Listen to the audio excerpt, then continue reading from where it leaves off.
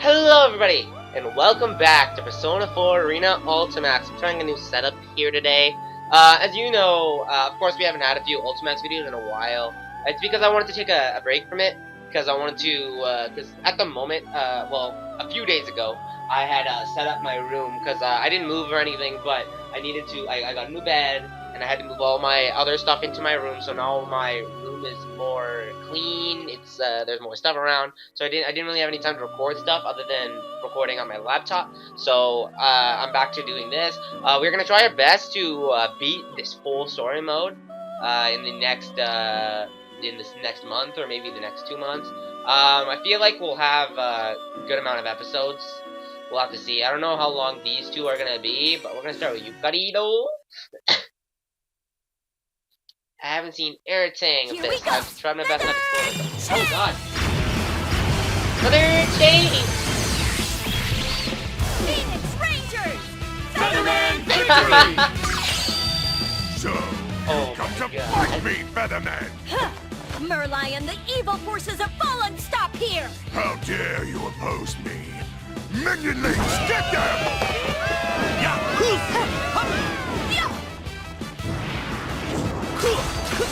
This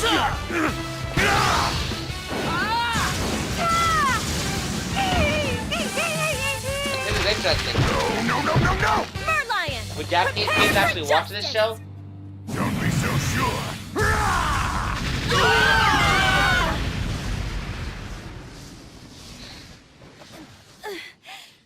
Everyone, I've had enough of this! Ultimate Arrow!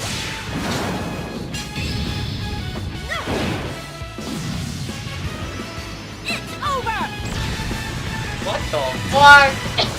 That's the feather arrow! Oh my god.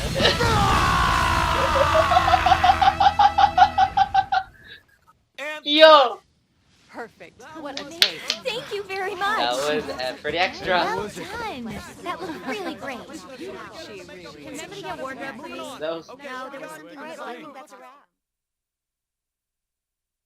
pretty fucking random.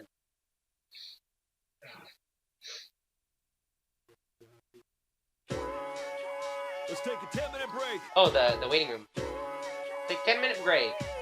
When the director calls this out, the tension in the area dies away. I make my way to the simple tent used as our break room and take a sip of my drink. My scenes for today are done. You're on a roll, Featherpink. Do you think so?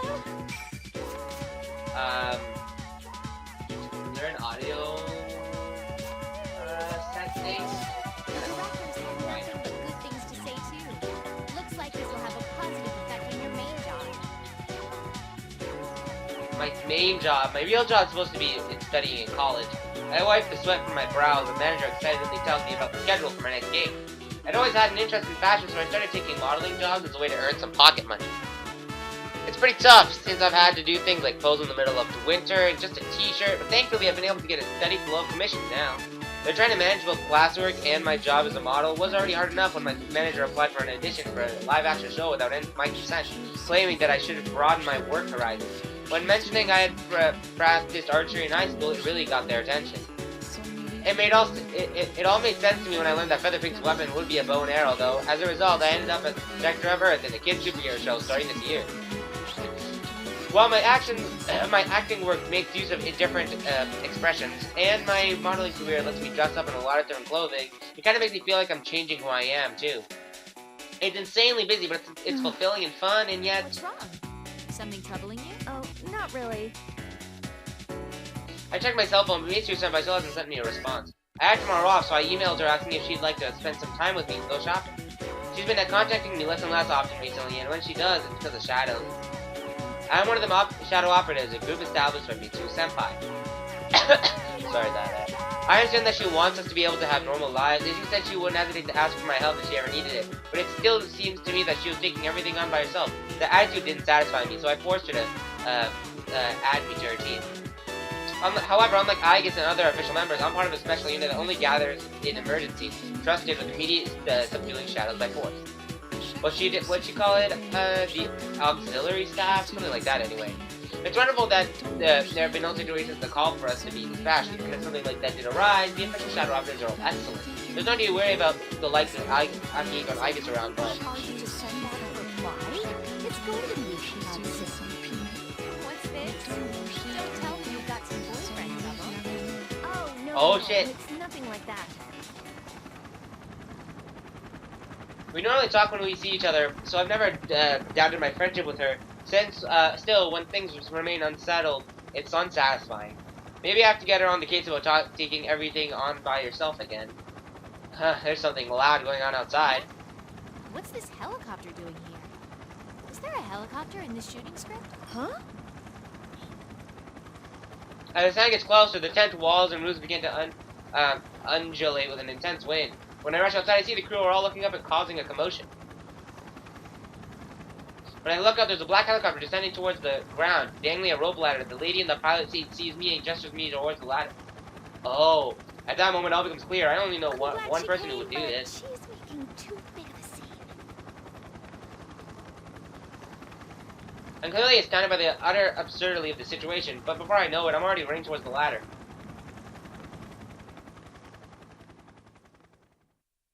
What the fuck? What the fuck? What the hell was that? Okay. That was weird as shit. Before we continue on, I'm actually gonna see if the audio controls are changeable right now. Hello? Game? Okay, I'm gonna have to go to the main menu for this. Sorry if you guys wanted to actually see the story. I do too. But for some reason the character audio is much quieter than it should be. Usually it's much louder than that. It should be under sound and language. Oh yeah. What the fuck? Perfect. Okay. Perfect. Okay, this should be 50 little. Why is it so low? I got text message. What the fuck? Hello? Rashawn. Fix his Xbox problem. Oh boy. Good for you. Zone 3. Okay, next is Ken. Which I'm excited for, because I actually like Ken a lot. Ken is my favorite one. Well, he's not my favorite one. He's one of my favorite ones. I like Ken a lot. As a playable character, he is pretty fun. Oh shit, another animation?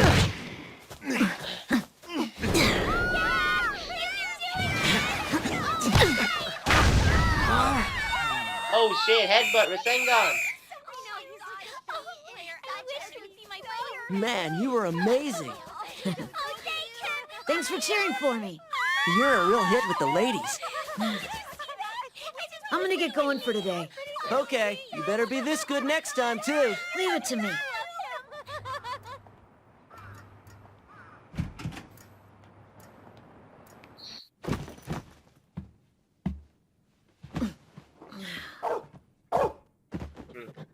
Koromaru. I'm home, Koromaru.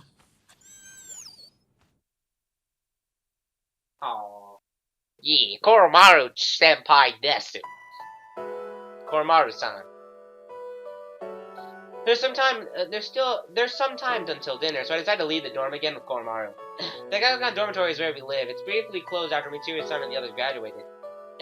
All the equipment from years ago was removed, of course, but with the increase in students at Gakkan, they decided to reopen the dorm. I applied for a room as soon as I heard. The reason I did was because of Koromaru. He had been in Igus-san's care, but at this dorm he'd be allowed to live with me.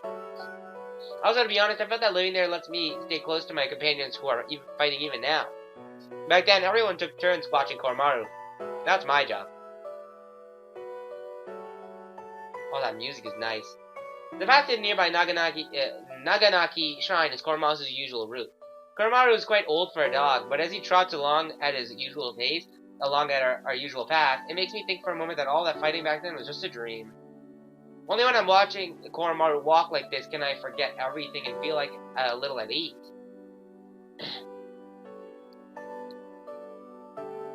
We pass through the gateway at the entrance and step onto the shrine grounds. Since it's nearly sundown, there's nobody but us at the serene grounds. Yeah, that's much louder. I sit down on a bench inside of myself. Koromaru notices though and immediately rushes over to nuzzle my leg. It's nothing, Koromaru.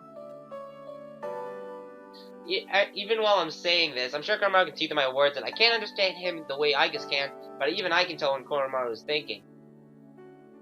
I approach Koromaru as he looks up at me with a worried whine, and I put my hand in my pocket to pull out the Shadow Operative's badge that Mitsuru-san had given me. The Koromaru wears the Even same if she badge on his gave me collar. this, I know it's just for show. I bet everyone else is working hard right now. This morning I got a call from Sonata-san for the first time in a long while. It seems he's come back to Japan from a year-long training journey. Wandering the world, I knew he was the kind of person who would put himself through anything in order to get stronger, but this is some sort of thing that you only hear about in stories. Sonata-san told me that he had gone to see Mitsuru-san directly after he returned to the country, but had been immediately dispatched in an emergency. He's currently busy with that, so he said he would let me tell me more about his trip some other time. I know that being a shadow operative must be tough, but he seems so excited when talking about them. It's like I get these I'm a pent-up member feelings too, you inside. know. Aw, Ken. Aw. It's because he's young, you know? It's because he's the youngest out of all of them. It sucks, but... A member, yes, but only as part of the secondary unit that only gets called out in extreme situations. Being part of a special suppression unit has a cool ring to it, a cool thing to it that I like. But the official shadow operatives are even given a unique number. For example, Icus is number 5. We don't have that. We're just auxiliary members. I haven't even been called to action yet, and I doubt I ever will be until after I graduate high school. After that, I did promise Mitsuru-san that I would try to live out my childhood I'm as just much for as I show could. too. In following that promise to try as much as I could, I've been acting like a child on the surface, an average middle school student, studying, helping out with clubs activities, and even taking part in the student council. But I haven't officially joined any clubs, and the reason why is because I asked Mitsuru-san to call me to help if she ever needed me. I know that no organization other than the police would be able to command an underage person, let alone someone in middle school. I'm only a shadow operative for show, and only a child for show. If this continues, I won't know when I'll ever be able to go back Making to who my I life really my am. own is actually pretty hard. Sometimes I lose sight of what I'm supposed to be doing. I think back to the words that the person who saved my life left me. I thought I'd come to understand them sometime, but as time passed, other emotions It's began to rear completely their head. dark now. We should head back home, Koromaru. Are you sure it's completely dark out? I can see the sun. I wonder if I'll be able to. I will be left behind like this. Would things actually be better if I just forgot about everything? Could I just live my life if I had the power to fight, but did nothing with it? I've been thinking a lot about that. I stand up from the bench and look across the dark, quiet temple grounds. I won't reach an answer just by thinking about it, and know that. But at that moment, Koromaru suddenly barks at me. It's been a while since I've heard him bark like this. He's been getting more and more mellow these days. What's that sound? Some rhythmic noises approaching from above. The wind becomes strong and the trees around the temple begin to rustle. I look up into the sky and bright light turns on, high above. As my eyes adjust, I see a previously hidden black helicopter in the otherwise pitch black sky. It's like something out of a movie. Is it the military? No, that can't be right. As if to answer my doubts, I searchlight streams down, pinning shadows to the ground. Something happened. That's my first thought. I don't know what, but for some reason I end up Let's elating go, rising up Koromaru. through my body. Oh boy! I grip my shadow operative's badge tightly, then thrust it back into my pocket as I take a deep breath. I run towards the helicopter. Toby, continue? To be continue. Okay. That was fun. That was a good time. Okay. Thank you guys for watching. In the next episode, I think we're being Labrys? Yeah, Labrys thought so. Okay. Oh, wait, what? Junpei? Oh, let's not. I think we're obviously gonna do, I guess, because I think Junpei's is much farther down the line, so that probably means, like, he has some next shit he have to do, so this will probably go on to, like, here, and then this will be done, and then we'll be able to do this again, and then we'll have to do these two, and then after we do these two, we'll have that, and this, and then that. Yeah, I don't know, I don't understand. Alright, thank you guys for watching. In the next video, we're gonna do, Labrys. It's really fun. See, look, she's at the beach. Ah, it's great. So, see you guys next time. Scott Pilgrim, baby. Out.